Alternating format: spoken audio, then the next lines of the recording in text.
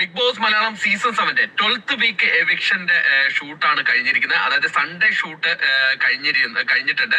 അത് നേരത്തെ കഴിഞ്ഞാണ്, പക്ഷെ എനിക്ക് വീഡിയോ ചെയ്യാനൊരു സമയം കിട്ടിയില്ല. അതാണ്.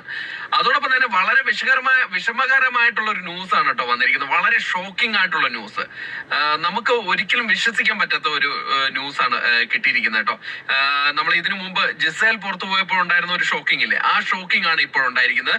അത് മറ്റൊന്നും കൊണ്ടല്ല, എവിക്ഷൻ നടന്നു കഴിഞ്ഞിരിക്കുന്നു. ഞാൻ നേരത്തെ പറഞ്ഞിട്ടുണ്ടായിരുന്നു സാറ്റർഡേ ഷൂട്ടില് എവിക്ഷൻ ഇല്ല, സൺഡേ ഷൂട്ടിലാണ് എവിക്ഷൻ വരുന്നതെന്ന്. എന്തായാലും അത് നടന്നു കഴിഞ്ഞിരിക്കുകയാണ്. എവിക്ഷൻ നടന്നു. നമ്മൾ ആരും പ്രതീക്ഷിക്കാത്ത ഒരു മത്സരാർത്ഥിയാണ് പുറത്തുപോയത്. നമ്മളെല്ലാവരും പ്രതീക്ഷിച്ചു നെവിനോ അക്ബറോ അല്ലെങ്കിൽ സാബുമാനോ ആയിരിക്കും.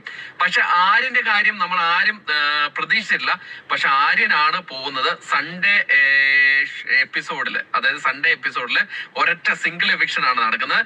അത് ആര്യൻ ഖത്തറിയാണ് പോകുന്നത്. അപ്പം വളരെ വിഷമകരമായിട്ടുള്ള ഒരു കാര്യമാണ്. കാരണം ടിക്കറ്റ് ഫിനാലയിലേക്ക് നല്ല രീതിയിൽ സ്കോർ ചെയ്തു വന്ന ഒരു മത്സരാർത്ഥി പുറത്തു പോകുന്നതിൽ വളരെ വിഷമമുണ്ട്. എന്തായാലും ഇതൊരു അപ്ഡേറ്റ് ചെയ്യാൻ വേണ്ടിയിട്ടാണ് നിങ്ങളെ ഇങ്ങനെ ഒരു വീഡിയോ ചെയ്യുന്നത്.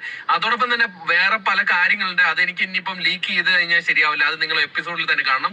അടിപൊളി എപ്പിസോഡാണ് അത്. ഞാൻ 100% ഗ്യാരണ്ടി തരാം. ഭയങ്കരമായിട്ട് അടിപൊളി.